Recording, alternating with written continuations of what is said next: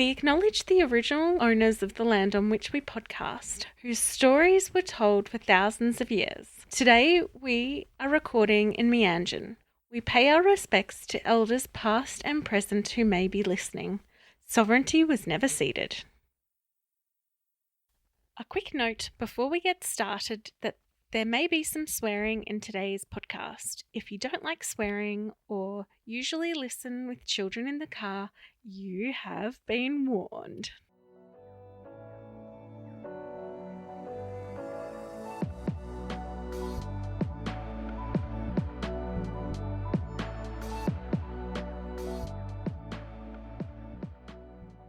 You're listening to What in the NDIS Now, a podcast where I, Hannah Redford, and my friend Sam Rosenbaum interview participants and providers about all things NDIS.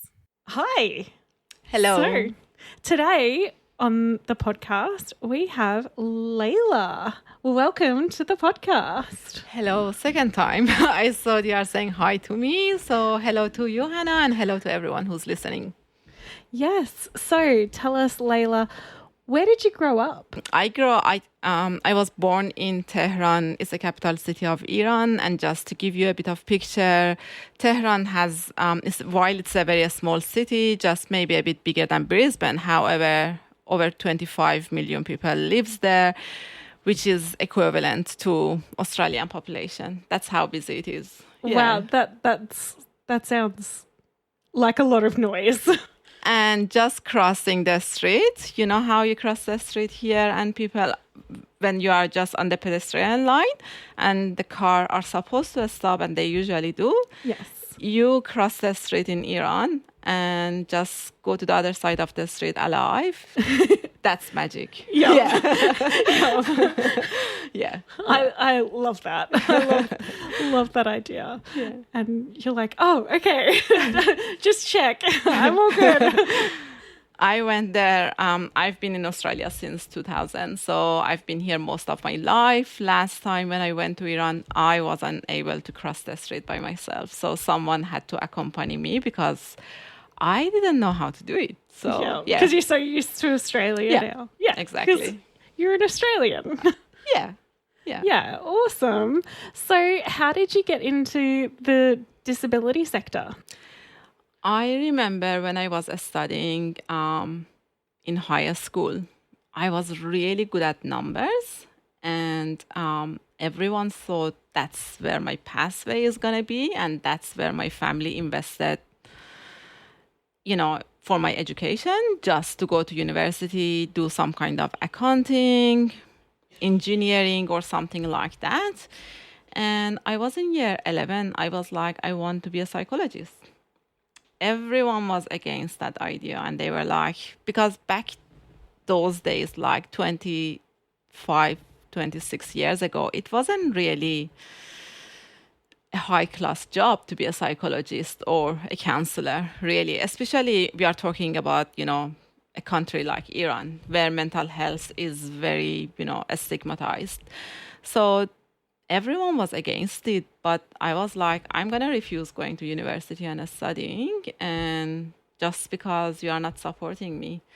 So then I moved here in Australia, and they were like, okay, doing something is better than not doing anything. So they were like, just do what you like to do.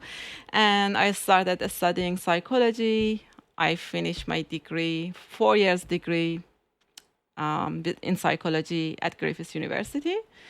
And then the APRA, which is the registration body for psychology, asked me to do my second English test, IELTS, and they wanted me to have 7 out of 9 across all the domain that I was studying. I wasn't able to pass my writing. 6.5 instead of 7.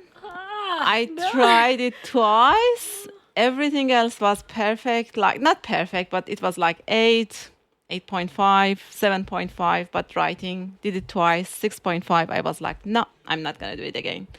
So I decided I'm going to do Master of Social Work. And I completed that at Southern Cross University. And I've been a social worker for the last 2 years. Amazing. Yes. And so tell me a little bit about some of the jobs you've had. Yeah, I started with my psychology degree, which the job I was offered didn't have anything to do with it, but that's the best I could get as a migrant with second language. And yes, there is a stigma, unfortunately, that it's not talking about. But anyway, I'm fortunate because I learned through each job that I had. I've been working as a support worker, case manager, early intervention, homelessness, working with migrants. I've done a bit of everything, and everything gave me experience, which I really, really appreciate. I'm who I am with all the experience that I have because of every single job opportunity that I was offered. I worked for big organizations, and then I decided just less than 2 years ago that I'm going to be independent. And I met yourself, Hannah, at one of those big organizations. And the friendship and, yeah, I started there, which I really appreciated. It's been great. Oh, thank you. Opportunity, yes. I love you as a friend. I think you're such an awesome person, and I wish so often people would look past like your accent essentially, because that's all that is sort of in the way. Yeah. And it drives me nuts so often that people cannot see beyond that accent. And I don't understand it, because you are so passionate and you go above and beyond for your participants, and you are so good at it.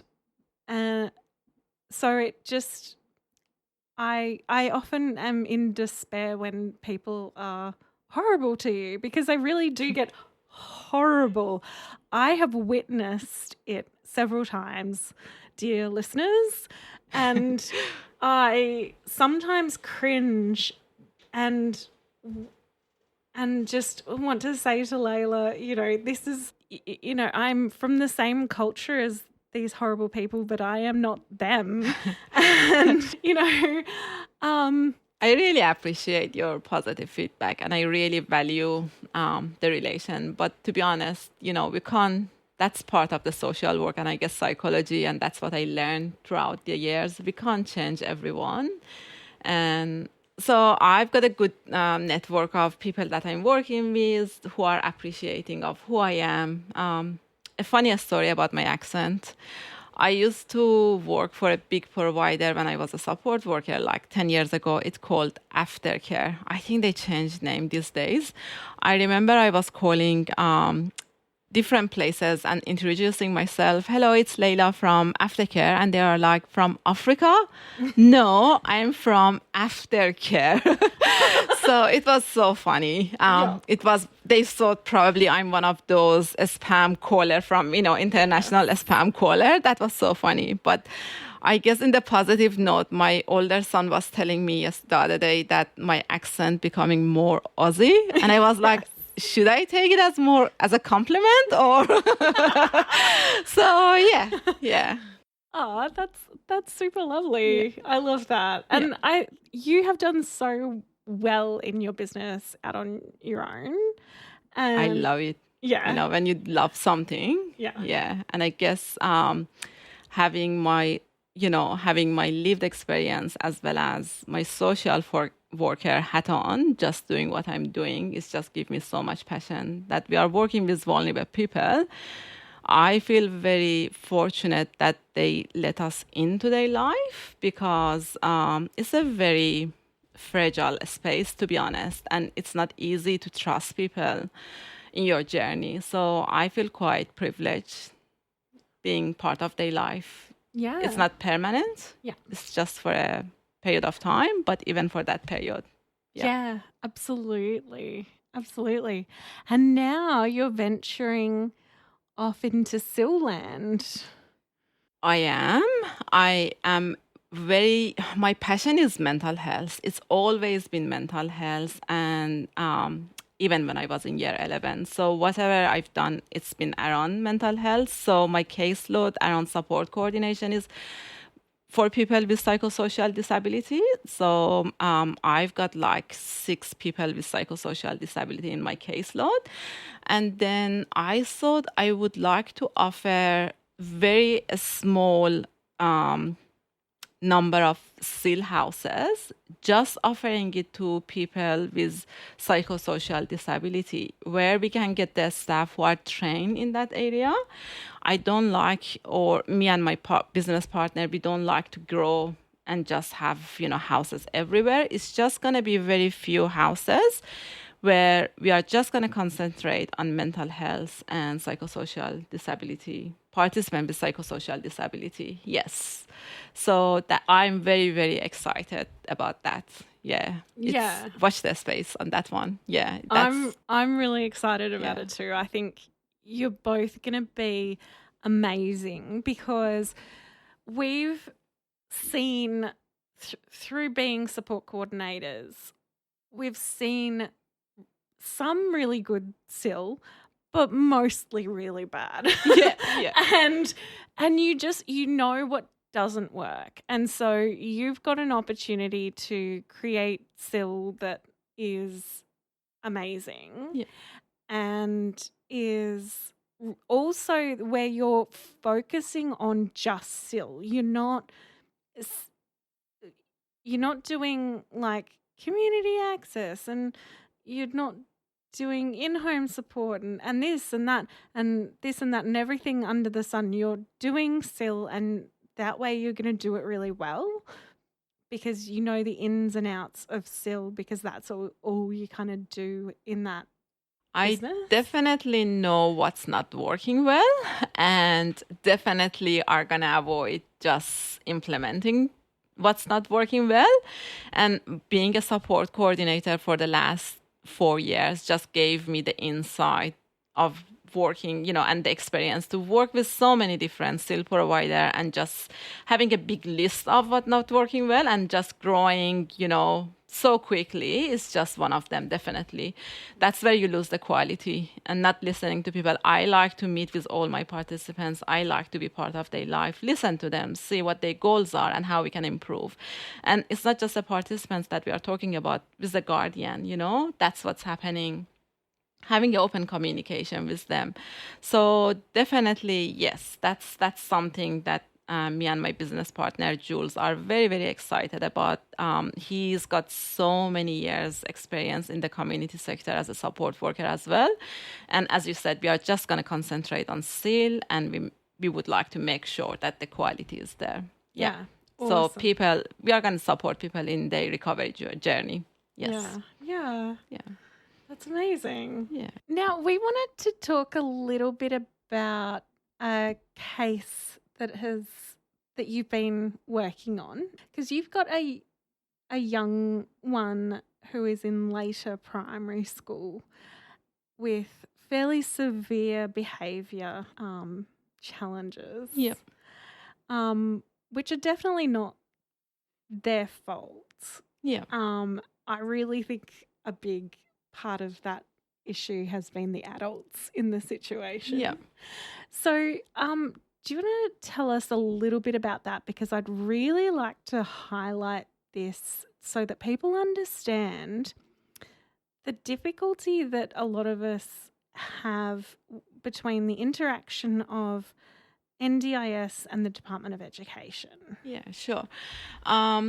The beauty of me having my social hat on when I'm doing support coordination is just, I would say I could be a too much advocate sometimes. And I guess that's what you said earlier. I can, sometimes I just do something outside of a scope of support coordination role. And, for me, it's just the people and their quality of life. And if something needs to be done, it needs to be done. So I've been working with this family with a young person who's got level 3 autism. She's got a diagnosis of ADHD, and you just keep your eyes off her and she will be on the roof. And she's not verbal. And when I engaged with the family were quite, they were not open to any support. They were very close family, and it took me a long time to build that relationship and gain their trust. At the time, and I'm not surprised why they couldn't trust me, because they had so many providers like OT, speech therapists. They walked off, away from them, saying, it's too complex, we can't help you, sorry, you're out. They had a school, when she was going to a school, and she was like year 2 or 3. She was going to a school, and mom would get phone call, and it was a public school, a special unit. Mom would get a phone call from the school at least 3-4 times per week, come and pick her up. We don't know what to do with her. And then they decided they are going to enroll her in more specialized school, and which they did. And obviously it cost them some money, which they were happy to pay for it as long as it was special. Unfortunately, that enrollment didn't work out either. That arrangement didn't work out either. And the school ceased services. They said they are no longer able to support her because of the behavior of concern. They said at time they had 3 teachers just working together with this young lady, managing the behavior of concern. It's not safe for her. It's not safe for their staff. It's not safe for the school and the teacher and the other student. So that enrollment didn't work out. Which to me is kind of, it blows my mind just there.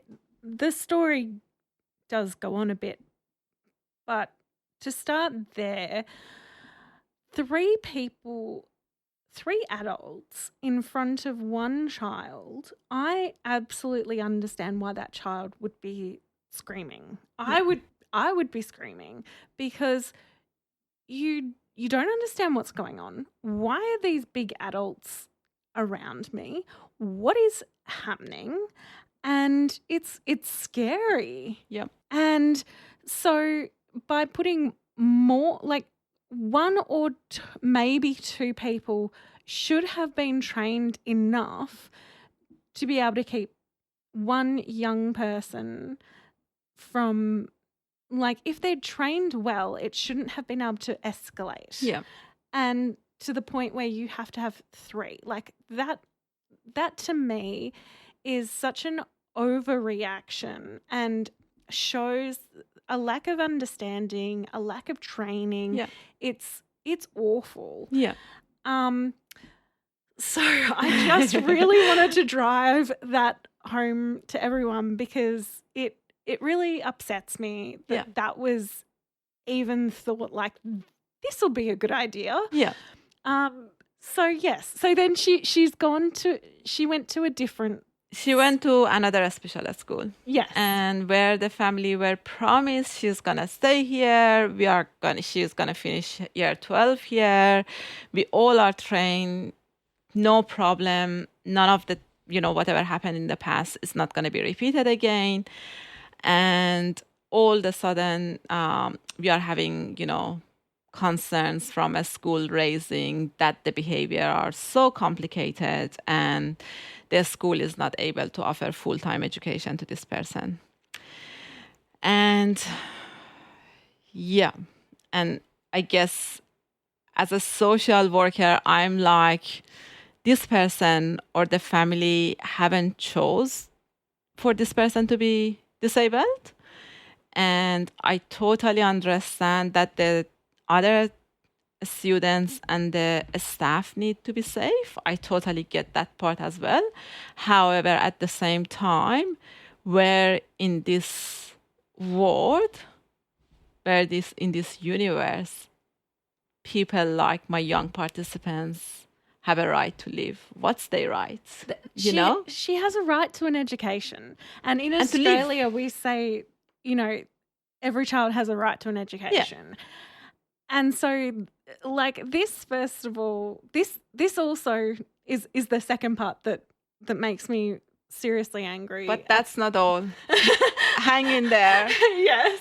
She's extremely underfunded by NDIS because they believe looking after her, it's the parental responsibility. Last time, I'm not going to share more because I want to keep it confidential. But yes, the NDIS, we are fighting with NDIS on plan review and trying to gather evidence to say how complex it is, and it's beyond parental responsibility, and they need to look into it. And having NDIS as a federal, agency, and having the Department of Education as a state agency, that's the next level of the complexity, how we can make them to communicate with each other and just realize, how much this family are struggling and they are breaking up. They've got nothing more to give. Yeah, which basically makes total sense that they are at the end of their rope because they've trusted everyone along the way and everyone has let them down. I mean, other than you so far, but there's only, even us, there's only so much we can affect. do. Yeah. So, she's then, okay, can only do a part-time enrollment, and then the other days of the week that she's not at school or the other hours, depending on how they organise it, we then need the NDIS to come in and say, yes, we'll get support in on those days. But the NDIS says that children are not to have support workers between the hours of 9 and 3 because we expect children to be at school. But what if they're not at school because the schools can't deal with it? Because of their disability. And they are supposedly trained professionals. How are the parents who are not trained professionals meant to look after this child? It is really frustrating and mind-boggling that neither part of this equation can see the problem. Yeah. And, I guess, what the other thing that frustrates me, you see the inconsistency in the NDIS system itself. Someone in the same condition get far more better funding and then someone else is just left behind. And you're like, okay, I can see both cases. Where is the consistency? What should we do more to get the same, level of support for both participants with the same level of, dysfunction on a daily life because of their disability? Yeah. So it's just complex and frustrating in every level you can think of. Yeah. And it also highlights that sometimes the education department can't cater to everybody, but it should. and like, we know that. We homeschool one of our children now because the schools have let us down. Yeah.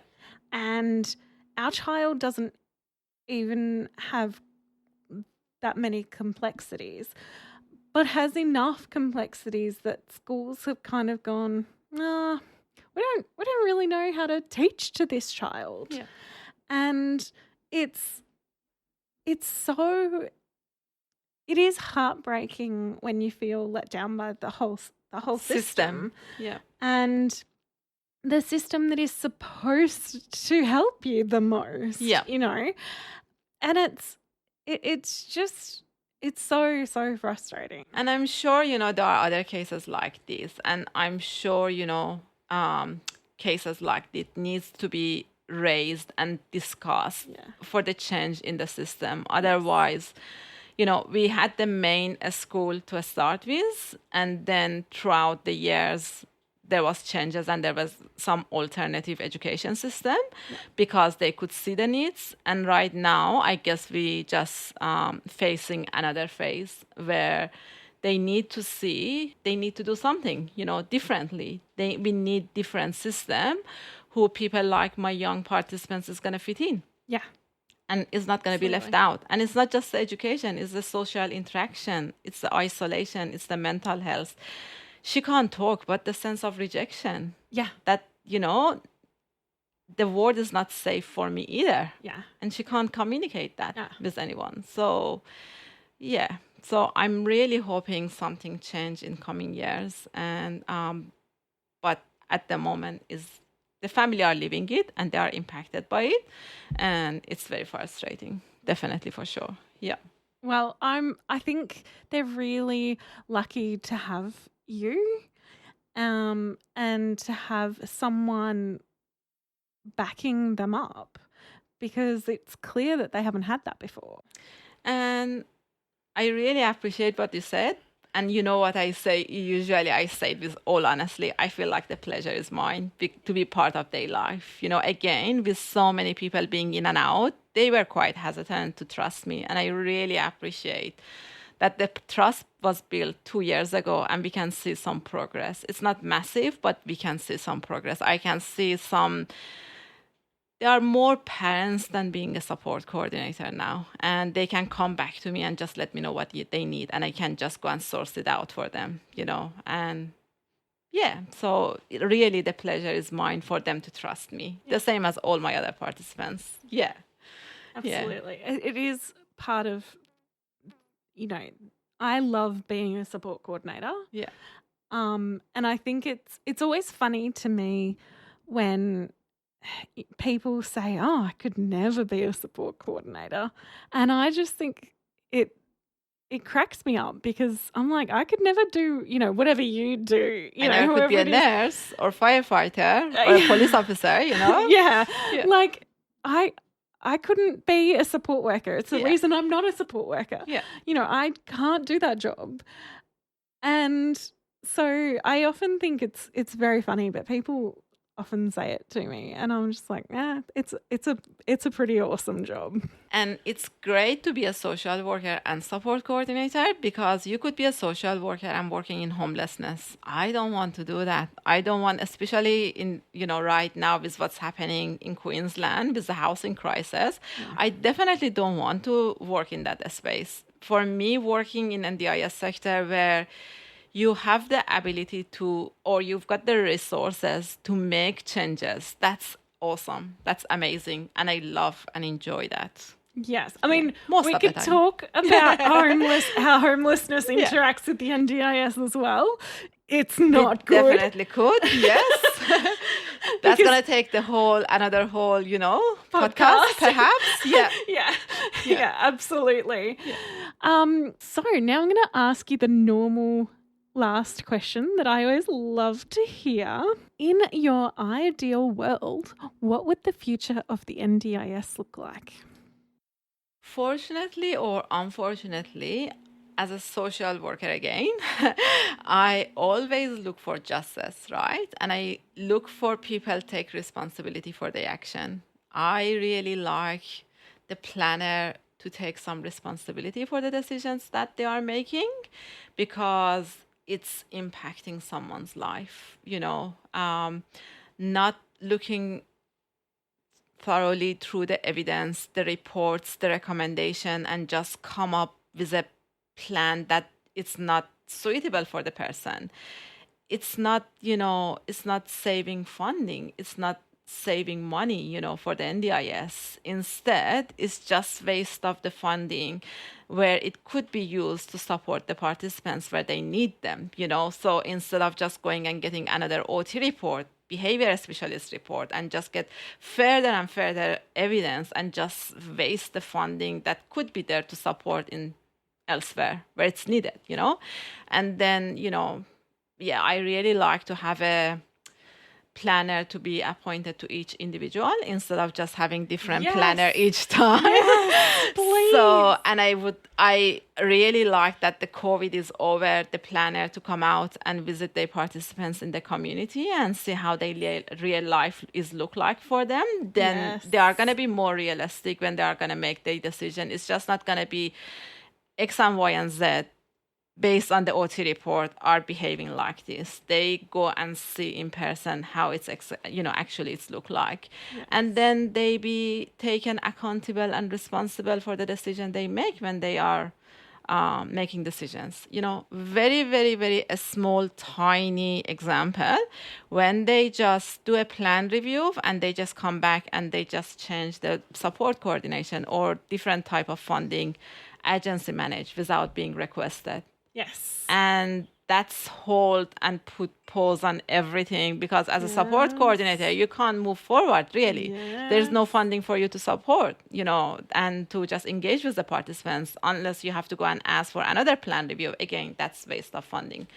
So I really, I truly believe if there is a planner assigned to a person, they spend time with the participant in the community, they visit them, and then they be taken accountable for the decision that they made. I think we are going to have a better plan, and we don't need as many reviews as we need, and including internal review or external review. And we can save a lot of money and use it in the right place. That's what I want to see. I love this in idea the ideal world. Yes. One day. I think it's great. Like even like as a halfway point to start with, I would be happy if they would just hold all the meetings in an office. Like, stop phone call meetings and have them in an office, and don't. Or also, what annoys me is sometimes where they like spring it on a person and they just call and they go, "Oh, hi. So we just want to have a conversation," and then it turns out that was the review meeting. Absolutely. And the participant had no idea, or the mum and dad had no idea that was the review meeting. And whereas if all of them were in an office and you could at least at a minimum, meeting. there is a face-to-face meeting, and go, these are all the things that we need. And that would even be a step up from phone calls. That would be a baby step for my dream goal, isn't it? Yes. Yeah. And then beyond that is obviously what Leila said. I definitely want to see that. But as a first baby step, meetings in an office would be nice. Or another, before your baby step, maybe if they approve a plan before they, even without that phone call that you mentioned, if they call someone and say, there's a new plan. Yes. Because there are so many times there's a new plan and no one's been informed whatsoever. Oh, yes. So we see that so often. Oh my God. So there are so many baby steps. Again, if someone's been taken accountable for that decisions, I think they would do it differently and they would do better. I agree. Yeah. It became a long way, and there's a long way still to go. So that's for sure. Yeah. Yes. Well, we just celebrated 10 years of the NDIS. Yay. So I'm definitely looking forward to it getting better from here, and it, like, everyone taking stock of the last 10 years and, okay, we can do better than this. So let's hope for that. Yes. Awesome. Sure. Well, thank you so much, Leila, for joining us. Thank you for having me. Everyone, if you want to get in touch with Leila, her details will be in the episode description, so look out for that. If you miss seeing that, you can always email me and I will give you Leila's details.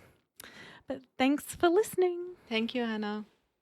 Thank you for listening. Please share with people you know.